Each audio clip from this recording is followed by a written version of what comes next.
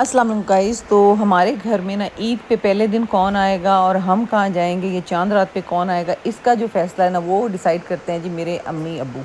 जैसे अब्बू कहते हैं हम वैसे ही प्लान बनाते हैं। अगर अब्बू का मूड होता है तो हम उनको चांद रात पे बुलाते हैं, अगर उनका मूड होता है तो हम ईद के फर्स्ट डे बुलाते हैं। क्योंकि मेरा दिल होता है, और बल्कि हम सबका दिल होता है कि मेरे ससुराल वाले और मेरे पेरेंट्स और हम सब मिल के बहन भाई हम इकट्ठी ईदी करें। तो हमारी कोशिश होती है कि हम मिल के एक प्लान बनाएं, और इसके बगैर मुझे ईद अच्छी भी नहीं लगती।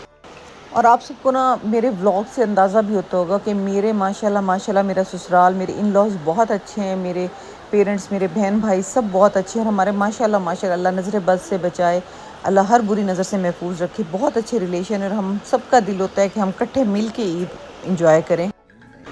और यहाँ जी हमारे घर में अपने बड़ों को बहुत इज़्ज़त दी जाती है। अल्हम्दुलिल्लाह, शुक्र अल्हम्दुलिल्लाह। ये चीज़ें हमारे में इंशाल्लाह आगे हमारे बच्चों में भी जाएंगी, और इन अच्छी चीज़ों को हम लेके ही चलना चाहेंगे, अपनी फैमिली को अपने साथ लेके चलना चाहेंगे।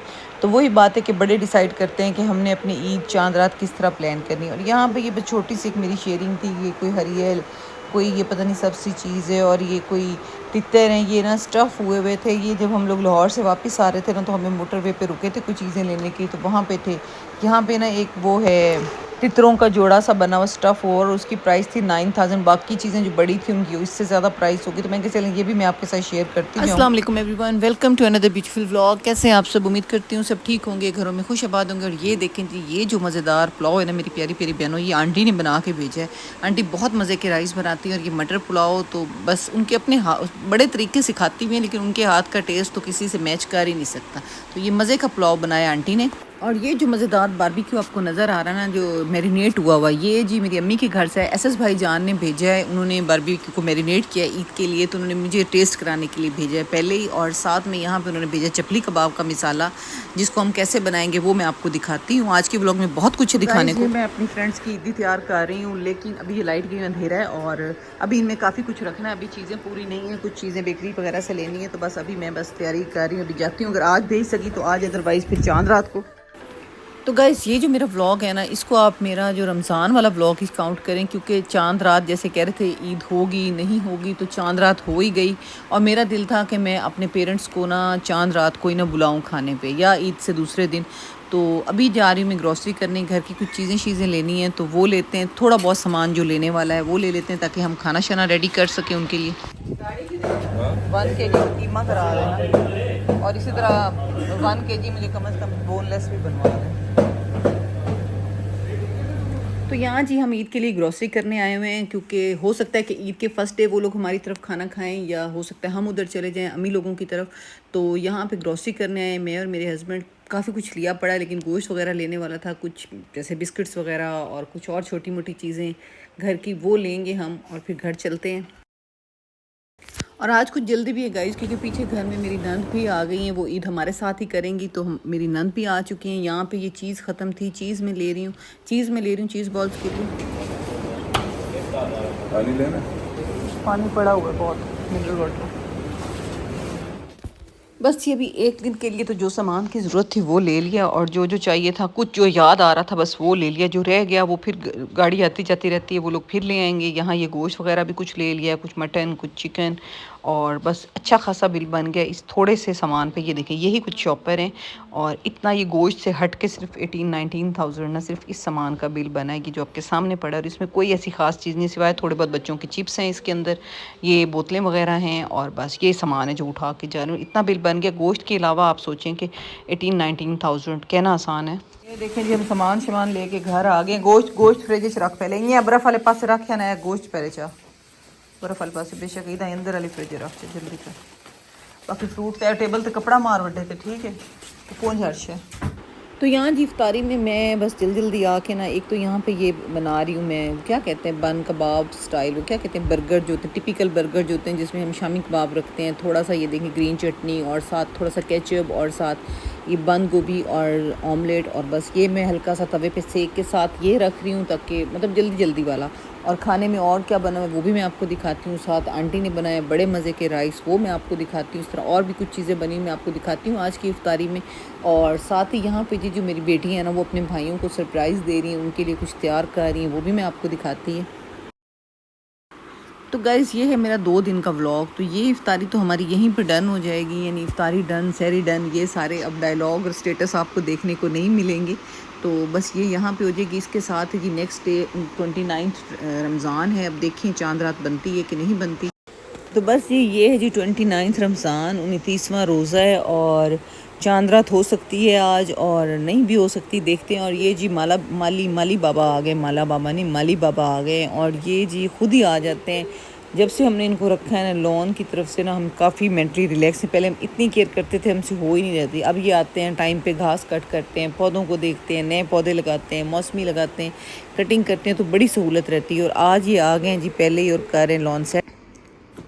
तो यहाँ पे गाइस अभी भागम भाग में जा रही हूँ, मुझे अभी कुछ चीज़ें और लेनी है, इनको फिल करना है और उसके बाद मुझे ये भेजनी है ईद। तो ये जा रही हूँ मैं। आज मेरा बड़ा बिजी डे है और अभी मेरे घर गेस्ट आ रहे हैं। चांद रात से पहले ही मेरी नंद आ रही हैं और क्योंकि उनका बेटा आया हुआ, उसको यहाँ पे कुछ काम थे तो वो चांद रात से पहले ही आ रही हैं। और बस, और ये बाकी ईद का सामान ये देखें हमारा फैला शैला पड़ा है, क्योंकि अभी अम्मी को भी ईद देनी है, मेरी सिस्टर्स हैं उनको भी देनी है, तो अभी बहुत कुछ करने वाला है। यहाँ पे जी किचन में ये देखें जी, ये मुर्गी का सालन बना पड़ा, लाइट नहीं है, ये देखें जी बड़ी मज़ेदार कढ़ाई सी बनी पड़ी है इफ्तार के लिए। और साथ दही भल्ले बने पड़े हैं और साथ फ्रूट चाट बन जाएगी, पकौड़े बन जाएंगे। देखें जी अम्मी के घर से आया है, ये देखें जी उन्होंने बारबेक्यू को लगाया था मिसाला, और ये हमारे लिए जी बारबेक्यू को लगा हुआ मिसाला आ गया। ये बड़ा डिफरेंट किस्म का लगा हुआ मिसाला लग रहा है। ये देखें खुशबू बड़ी मज़े की आ रही है इसकी, और इसके अंदर ऑयल भी ऐड हुआ है। तो ये अम्मी की तरफ से आया है, एसएस भाई जान ने भिजवाया है। और ये देखिए ये चपली कबाब का मिसाला। चपली कबाब अभी हम बना लेते हैं, थोड़े से यहीं चूल्हे पे बनाने की ट्राई करते हैं। और बस अब मैं ज़रा पकौड़े शकौड़े बना लूँ जाके गाइस। ये हमारे पकौड़ों का मिसाला भी रेडी हुआ पड़ा है, बस पकौड़े फ्राई करना करते हैं स्टार्ट। ये देखें गाइस, तो हमारे पकौड़े बन गए। हो सकता है ये रमज़ान की आखिरी इफ्तारी हो, मतलब इस साल की। और अल्हम्दुलिल्लाह जी देखिए पकौड़े शकौड़े बन गए हैं। मेरी नंद के आ गई हैं ईद से पहले ही, वो ईद हमारे साथ ही करेंगी। और यहाँ पे बाकी चीज़ें ऑलरेडी मैं आपको दिखा चुकी हूँ, मम्मी ने जो जो भेजा ये देखेंगे। तो गाइज़ ये जो चिकन रोल है ना, ये मेरी देवरानी ने बनाया। मैंने आपको पहले ही बताया कि यहाँ सब कुछ ना कुछ बनाते रहते हैं। और ये जो चपली कबाब का मसाला भेजा था ना एसएस भाई जान ने, उसकी हमने कुछ ये चपली कबाब स्टिक्स बनाई हैं, कुछ चपली कबाब, और ये बहुत मज़े की बनी। और मुझे स्टिक्स वाला आइडिया तो बहुत ही अच्छा लगा था कि एक तो बच्चे बहुत खुश हुए थे इन स्टिक्स पे, और बड़ी मतलब कम क्वांटिटी में ना इस पर वो चपली कबाब का वो लगता है ऊपर मिक्सचर सा, और ये बड़े मज़े के बन जाते हैं और बड़े अच्छे बन जाते हैं। तो फाइनली जी ये हमारे जी फ्रूट चाट और यह सारी चीज़ें, दही भल्ले और सब कुछ तैयार है।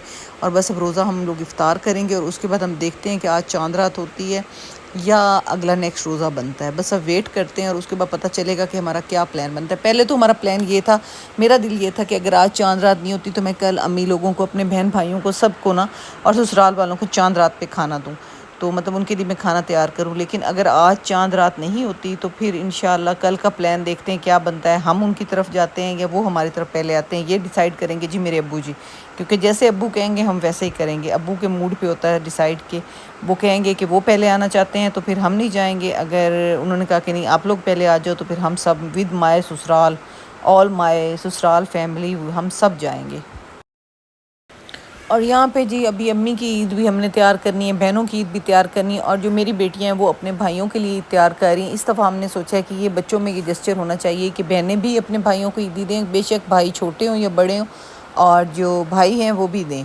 तो इस दफ़ा देखते हैं, बस हमने सोचा है कि चॉकलेट चिप्स और इस टाइप की चीज़ें रख के, और ऊपर पैसे रख के, पैसे तो खैर वो हमसे वसूल करेंगे, लेकिन ये चीज़ें रख के इन बच्चों के लिए टोकरियाँ बनाई जाएँ, बास्केट्स बनाए जाएँ, ताकि ये सब बच्चे खुश हो जाएँ और घर में सबको ईद दी जाए। वो आपको नेक्स्ट व्लॉग में मैं दिखाऊंगी कि बच्चों ने एक दूसरे को क्या क्या ईदी दी।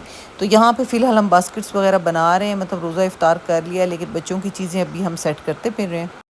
तो गाइज़ ये जो छोटी छोटी टोकरियाँ बनाने का मकसद यही था, जो बच्चों ने ही बनाई हैं और बच्चे ही एक दूसरे को देंगे, हमारी तरफ से नहीं होंगी, ताकि बच्चों के अंदर एक एहसास पैदा हो कि एक दूसरे का ख्याल करना है, केयर करना है। बहन भाइयों में, कज़न्स में ये एक रुझान हो कि वो एक दूसरे को चीज़ दें। तो ये बस इसलिए मुझे अच्छा लगा, क्योंकि मेरा बेटा कह रहा था कि उसकी बहनें उससे बड़ी हैं कि वो अपनी बहनों को ईद देगा। उससे मुझे ख्याल आया कि बहनों को भी देनी चाहिए। तो बस इसलिए हमने ये एक तैयारी की, और इंशाल्लाह इस रिवाज को हम कायम रखेंगे। और उम्मीद करती हूँ ये छोटी सी एक शेयरिंग आपको अच्छी लगी होगी। अच्छी लगे तो लाइक कीजिएगा, कमेंट कीजिएगा, और दुआओं में याद रखें, अपना ख्याल रखें। टेक केयर, अल्लाह हाफिज़।